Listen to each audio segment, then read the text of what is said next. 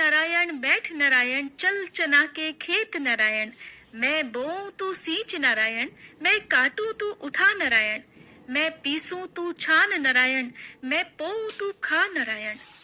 कोरा करवा शीतल पानी, उठो देवो पियो पानी, उठो देवा बैठो देवा, अंगुरियां चटकाओ देवा, जागो जागो भगीरथ गोतियों के देवा। आप सभी को देवउठान एकादशी की हार्दिक शुभकामनाएं। भगवान श्री हरि और एकादशी माता की कृपा सदा आप सभी पर बनी रहे। अगर आपने भी एकादशी का व्रत रखा है, यदि आपने किसी कारणवश व्रत नहीं भी रखा है, तो भी देवउठान एकादशी, जो कि कार्तिक मास के शुक्ल पक्ष की एकादशी है, इस दिन सभी को सच्चे मन से व्रत की कथा अवश्य ही पढ़नी और सुननी चाहिए। यही वो समय होता है जब भगवान विष्णु भी 4 महीने की निद्रा पूरी करके जागते हैं। इस दिन शाम के समय भगवान श्री हरि को घंटे, घड़ियाल, शंख आदि बजाकर, ढोल नगाड़े आदि बजाकर उन्हें उठाया जाता है। उनसे प्रार्थना की जाती है कि हे श्री हरि, अब आपने 4 महीने की योग निद्रा का समय पूरा कर लिया है, अब आपके जागने का समय है। इसलिए हे देव, उठिए, जागृत होइए और सृष्टि के संचालन का कार्यभार पुनः संभालिए। इस प्रकार से प्रार्थना करते समय फिर सच्चे मन से आज की जो कथाएं मैं आपको सुनाने वाली हूँ, उन कथाओं को सुनना चाहिए या पढ़ना चाहिए। पहली पौराणिक कथा के अनुसार एक बार माता लक्ष्मी ने भगवान विष्णु से पूछा कि हे स्वामी, आप या तो रात दिन जागते हैं या फिर लाखों करोड़ों वर्ष योग निद्रा में ही रहते हैं, और आपके ऐसा करने से तो संसार के समस्त प्राणी उस समय कई परेशानियों का सामना करते हैं। इसलिए हे प्रभु, आपसे अनुरोध है कि आप नियम से प्रतिवर्ष निद्रा लिया करें, इससे मुझे भी कुछ समय विश्राम करने का मिल जाएगा। देवी लक्ष्मी की बात सुनकर नारायण भगवान मुस्कुराए और बोले, देवी, आपने ठीक कहा है, मेरे जागने से सभी देवों को और खासकर आपको सबसे ज्यादा कष्ट होता है। आपको मेरी वजह से जरा भी अवकाश नहीं मिलता, इसलिए आज से मैं आपके कहे अनुसार ही प्रतिवर्ष 6 मास वर्षा ऋतु में शयन किया करूंगा।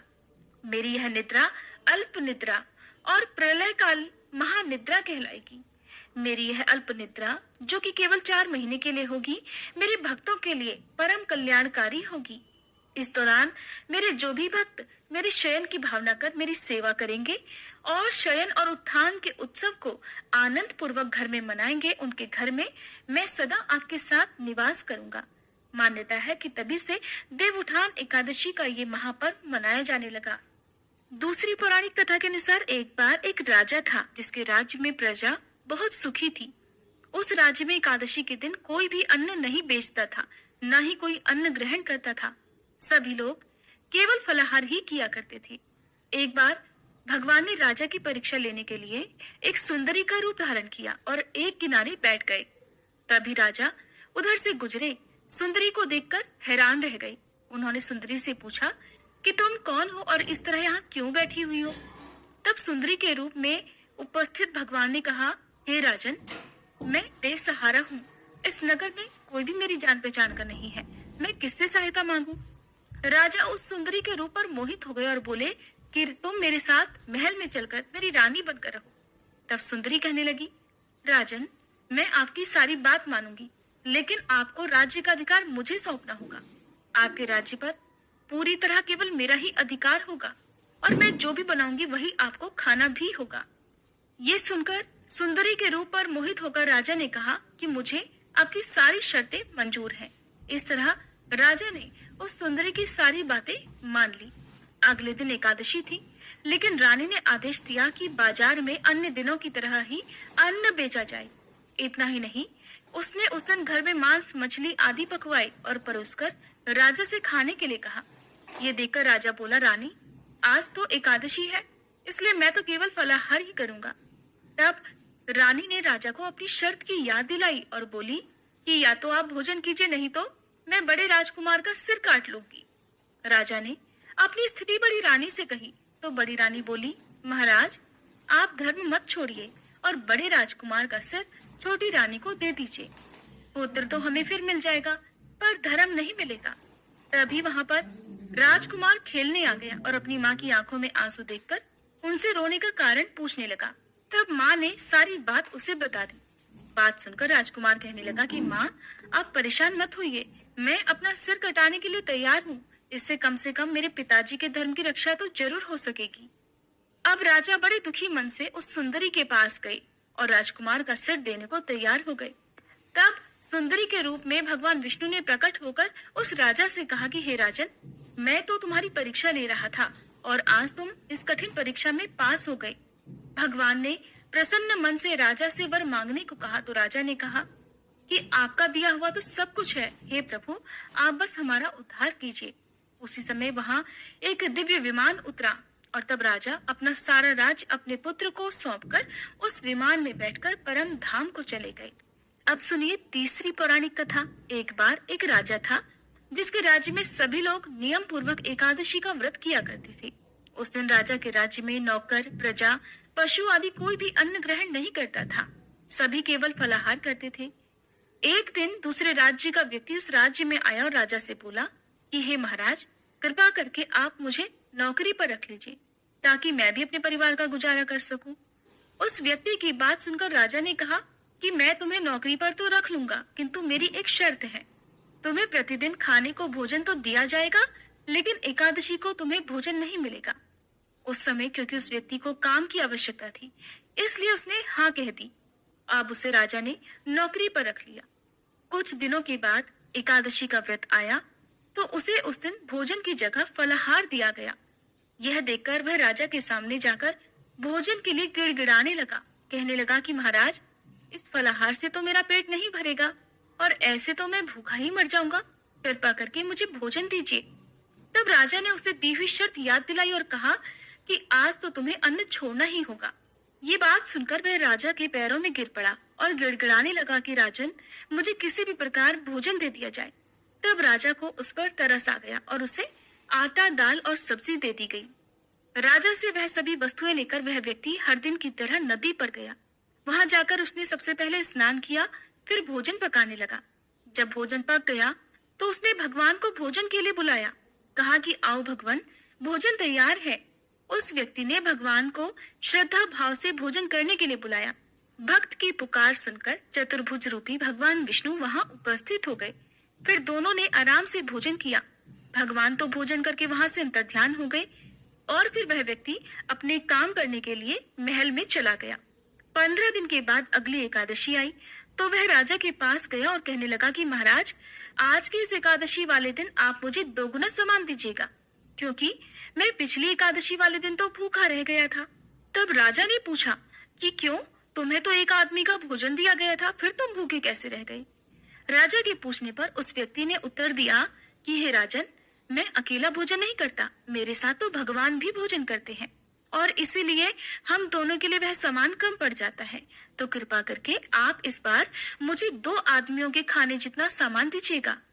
उस व्यक्ति की बात सुनकर राजा को बड़ा ही आश्चर्य हुआ और कहने लगा, मैं नहीं मानता कि तुम्हारे साथ भगवान भोजन करते हैं, क्योंकि मैं तो इतने वर्षों से एकादशी का उपवास रखता आ रहा हूँ, नियमित पूजा पाठ करता हूँ, मुझे तो भगवान ने कभी दर्शन नहीं दिए।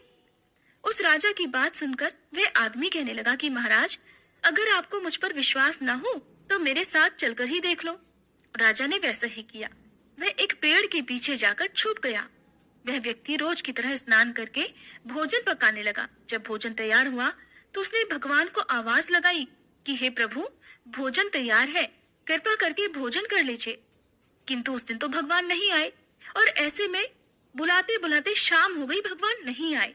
अंत में उस व्यक्ति ने कहा कि भगवान, अब आप आ जाइए, अगर आप नहीं आए तो मैं इस नदी में कूदकर अपने प्राण दे दूंगा। उधर पेड़ के पीछे छुपा हुआ राजा ये सब कुछ देख रहा था। उसे लगने लगा था कि वह व्यक्ति झूठ बोल रहा था और भगवान तो उसके साथ कभी भोजन करते ही नहीं। उधर वह व्यक्ति तो अपने निश्चय का पक्का था। उसने देखा कि भगवान नहीं आए तो वह अपने प्राण त्यागने के लिए नदी की ओर बढ़ा। जैसे ही वह नदी में कूदने लगा तो भगवान ने उसका हाथ पकड़कर उसे रोक लिया और उसके सामने प्रकट हो गए और उस दिन उसके साथ बैठकर हर एकादशी की तरह भोजन भी किया। भोजन करने के बाद भगवान ने उसे अपने विमान में बिठाया और अपने धाम में ले गए। पेड़ के पीछे छुपे हुए राजा ने ये सारा दृश्य अपनी आंखों से देखा था। अब उसे पता चल गया कि एकादशी का व्रत तो वह करता है, लेकिन उसकी श्रद्धा विश्वास में बहुत कमी थी। अब उसे समझ आ गया। तब उसने श्रद्धा और भक्ति भाव से एकादशी का व्रत रखना प्रारंभ कर दिया, जिसके बाद उसे भी अंत समय में स्वर्ग लोक की प्राप्ति हुई। आप सुनिए तुलसी माता की कथा। तुलसी माता अपने पूर्व जन्म में वृंदा नाम की कन्या थी। प्राचीन काल में जलंधर नाम का एक बहुत ही शक्तिशाली असुर था। वृंदा का जन्म भी असुर कुल में ही हुआ था, जिस कारण वृंदा का विवाह जलंधर के साथ हो गया था। वृंदा बहुत ही पतिव्रता स्त्री थी। उनके सतीत्व के बल के कारण कोई भी जलंधर को परास्त नहीं कर पाता था। अपने अजय होने के अहंकार के चलते ही जलंधर ने कैलाश पर्वत पर आक्रमण कर दिया। जलंधर और भगवान शिव के बीच भीषण युद्ध होने लगा। वृंदा के सतीत्व के बल के कारण भगवान शिव जलंधर का वध नहीं कर पा रहे थे। तब भगवान विष्णु ने छल से वृंदा के सतीत्व को भंग कर दिया। वृंदा के सतीत्व का बल क्षीण होने के बाद ही जलंधर का वध संभव हो पाया। छल से वृंदा का सतीत्व भंग होने के कारण वृंदा ने भगवान विष्णु को क्रोधित होकर श्राप दे दिया कि वे पत्थर के हो जाएं। तब सभी देवी देवताओं के द्वारा प्रार्थना किए जाने पर वृंदा ने अपना श्राप वापस ले लिया, किंतु भगवान विष्णु के उसके श्राप को सम्मान देने के लिए उन्होंने अपना एक पत्थर का स्वरूप प्रकट किया, जिन्हें शालिग्राम कहा गया। वृंदा तो जलंधर के साथ सती हो गई और उनकी राख से तुलसी जी का पौधा वहां पर उत्पन्न हुआ। जिस स्थान पर वृंदा सती हुई थी उस जगह पर राख से तुलसी जी का पौधा निकला। तब भगवान श्री हरि ने वृंदा के सम्मान के लिए उन्हें अपनी पत्नी रूप में स्वीकार करने का वचन उन्हें दिया और कहा कि मेरे जागृत होने के बाद देवउठान एकादशी के दिन मेरे शालिग्राम विग्रह के साथ तुलसी जी के पौधे का विवाह किया जाएगा और इसी रूप में मैं तुम्हें अपनी पत्नी के रूप में स्वीकार करूंगा। जिस तरह से शिवलिंग को भगवान शिव का विग्रह मानकर पूजा जाता है, उसी प्रकार शालिग्राम जी को भगवान विष्णु के विग्रह के रूप में पूजा जाता है। शालिग्राम भगवान एक काले रंग के गोल से पत्थर होते हैं जिनमें एक छेद होता है। शालिग्राम एक पत्थर के रूप में होते हैं जो कि केवल गंडकी नदी में ही पाए जाते हैं। मान्यता है कि तभी से भगवान विष्णु के शालिग्राम रूप के साथ तुलसी जी के पौधे का विवाह आयोजित किया गया और तभी से ये परंपरा अब तक चली आ रही है। अब सुनिए भगवान शालिग्राम की कहानी। किसी गांव में एक बुढ़िया माँ थी। उन्होंने शालिग्राम जी की सेवा का संकल्प लिया हुआ था और वह प्रतिदिन नियम से शालिग्राम भगवान की सेवा किया करती थी। कार्तिक मास में एक बार वह गंगा स्नान का विचार कर अपनी पड़ोसन से कहने लगी, बहन, मैं गंगा जी स्नान करने जा रही हूँ, तुम मेरे शालिग्राम जी को रख लो और जब तक मैं नहीं आऊं तब तक उनकी सेवा कर देना। पड़ोसन ने जब ये सुना तो उसे बड़ी प्रसन्नता हुई कि उसे भगवान शालिग्राम जी की सेवा पूजा का शुभ अवसर मिल रहा है, इसलिए उसने हाथ तो भर दी, लेकिन थोड़ी देर के बाद वह चिंता में डूब गई और फिर कहने लगी, बहन, मैं शालिग्राम भगवान जी को रख तो लूंगी, लेकिन मुझे तो उनकी सेवा पूजा करना आती ही नहीं, तो भला मैं कैसे करूंगी। तब पड़ोसन की बात सुनकर बुढ़िया माँ उसे समझाते हुए कहने लगी कि इनको सुबह सवेरे उठा देना, नदी से लोटा भरकर पानी लाना, आते समय बगीचे से फूल और तुलसी भी लेते आना, भगवान को जल और कच्चे दूध से स्नान कराना, चंदन लगाकर पुष्प और तुलसी चढ़ाना, दूध का भोग लगाना और दोपहर को रसोई में जो भी बने उसका भोग लगा देना, शाम को दिया जलाना और रात को सोते समय शालिग्राम जी को भी सुला देना। बस ऐसे ही पूजा करनी है। इतना कहकर वह बुढ़िया माँ पड़ोसन को शालिग्राम जी देकर गंगा जी स्नान करने को चली गई।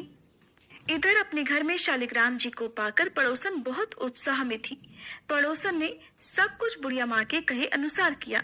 सवेरे उठते ही शालिग्राम भगवान जी को भी आवाज लगा दी कि भगवान उठ जाइए, सुबह हो गई। उसके बाद वह बड़ी खुशी खुशी नदी से लोटा भरकर जल ले आई। आते समय बगीचे से फूल और तुलसी भी लेती आई। भगवान को जल और कच्चे दूध से स्नान कराया, चंदन लगाकर फूल और तुलसी चढ़ाई। उसके बाद उसने दूध का भोग लगा दिया। फिर वह दोपहर का भोजन बनाने में लग गई। भोजन बनाकर उसने भगवान को भोग भी लगा दिया। भोग लगाते समय उसने देखा कि उसके द्वारा अर्पित किया गया दूध तो कटोरे में वैसा ही पड़ा है। उसने सोचा कि भोग लगाने का समय हो गया है तो भोग लगा देती हूँ, हो सकता है भगवान भोग के साथ ही दूध पीते हो। थोड़ी देर के बाद उसने फिर से जाकर देखा तो दूध और उसके द्वारा अर्पित किया गया भोग वैसे ही पड़ा हुआ था जैसा वो रख कर गई थी। तब वह भगवान से हाथ जोड़कर कहने लगी, भगवान, दूध भी पी लो और भोजन भी कर लो। अगर आप भोजन करेंगे और दूध पिएंगे तभी मैं भोजन कर पाऊंगी। इतना कहकर मैं फिर से घर के कामकाज में लग गई। थोड़ी देर के बाद वापस आकर देखा कि भगवान ने तो दूध भी नहीं पिया और न ही भोजन किया। ये देखकर अब तो पड़ोसन चिंता करने लगी।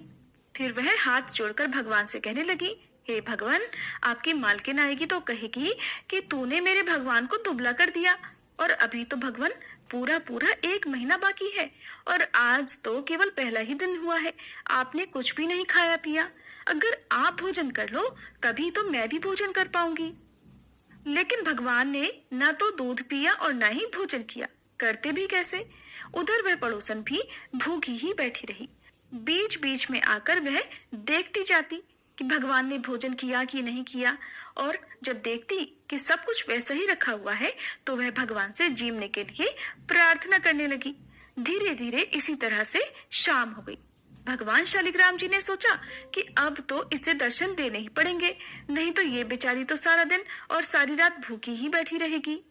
ऐसा सोचकर भगवान छोटा सा मोर मुकुट पीताम्बरधारी रूप धारण करके पाटे पर जाकर बैठ गए।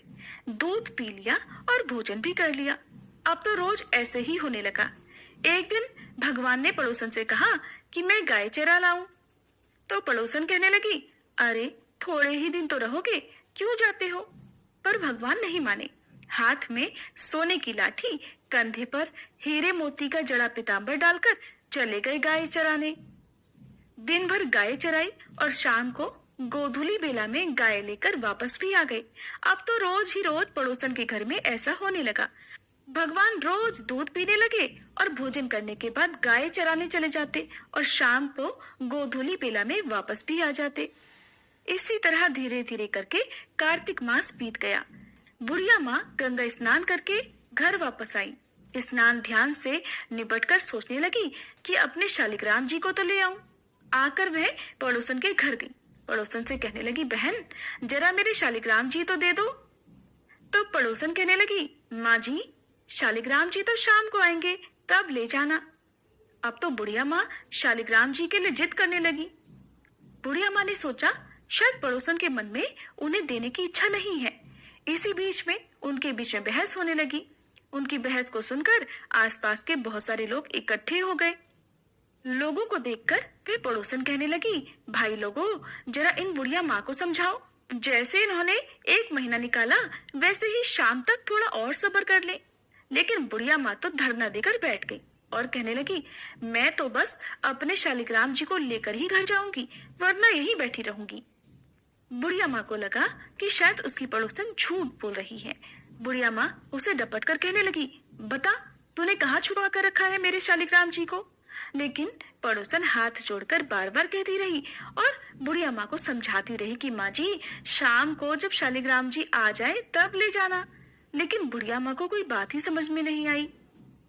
और इधर जब शाम हुई तो भगवान जी गाय चराकर वापस आए और गाय को उसकी जगह पर छोड़कर भगवान उस पड़ोसन के घर के मंदिर में खुद ही विराजित हो गए। ये देखकर पड़ोसन बुढ़िया माँ से बोली, माँ जी आ गए आपके शालिग्राम जी, लो अब ले जाओ अपने भगवान जी। पड़ोसन ने तो कह दिया, लेकिन बुढ़िया माँ को भगवान जी दिखाई ही नहीं दिए। उसे कुछ भी समझ में नहीं आया। तब बुढ़िया माँ बोली, तू इतनी देर से मना क्यों कर रही थी? जरूर तूने ही कहीं छुपा कर रखा था मेरे भगवान को। और बुढ़िया माँ भगवान जी को इधर उधर ढूंढने लगी, लेकिन पड़ोसन को तो सामने ही भगवान जी दिखाई दे रहे थे। बुढ़िया माँ की बात सुनते ही पड़ोसन को सब समझ में आ गया। खुशी के मारे उसकी आंखों से आंसू बह निकले। उसने भगवान के सामने हाथ जोड़ लिए और फिर वह भगवान जी से बोली, भगवान मुझे तो आपने दर्शन दे दिए, अब इन बुढ़िया माँ को भी अपना रूप दिखा दो, नहीं तो ये मुझ पर शक ही करती रहेंगी। अब तो भगवान को पड़ोसन की बात माननी ही पड़ी और पड़ोसन की बात मानकर भगवान ने मोर मुकुट पीताम्बर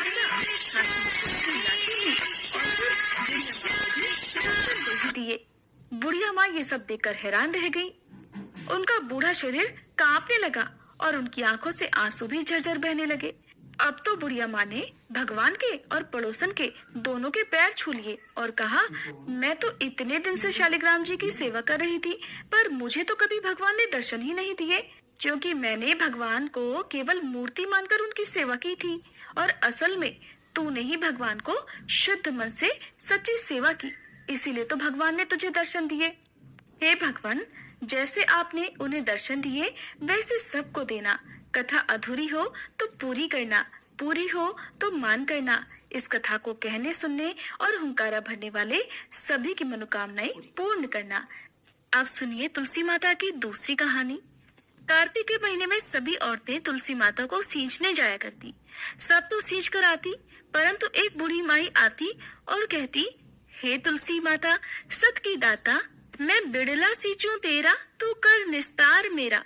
तुलसी माता अडुआ दे, लडुआ दे, पीतांबर की धोती दे, मीठा मीठा गास दे, बैकुंठ का वास दे, चटके की चाल दे, पटके की मौत दे, चंदन की काठ दे, झालर की झनकार दे, साई का राज दे, दाल भात का जीवन दे, ग्यारस की मौत दे, श्री कृष्ण का कांधा दे।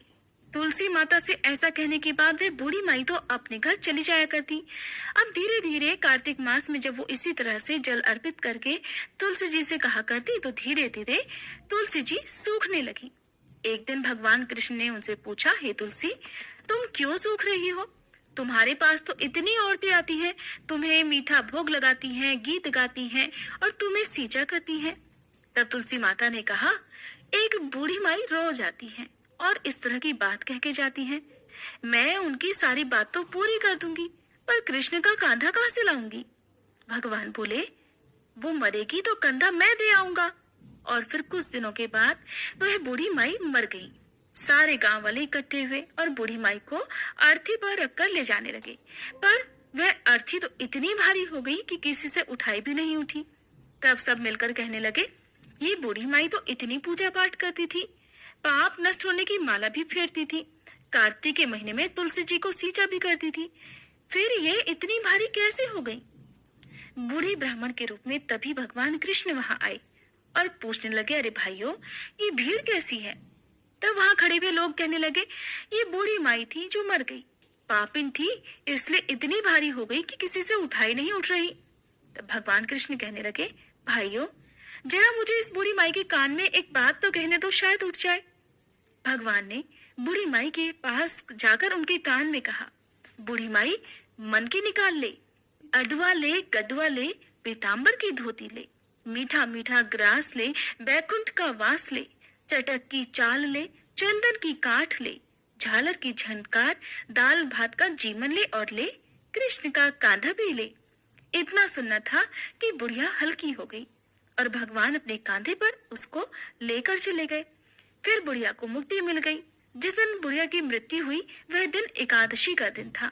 कहते हैं कि एकादशी के दिन यदि किसी की मृत्यु हुई हो तो उसको मोक्ष मिल जाता है। हे तुलसी माता, जैसे मुक्ति बूढ़ी माई की वैसे ही हमारी भी करना, और जैसे उनको कंधा मिला वैसे ही हमें भी कान्हा जी का कंधा देना।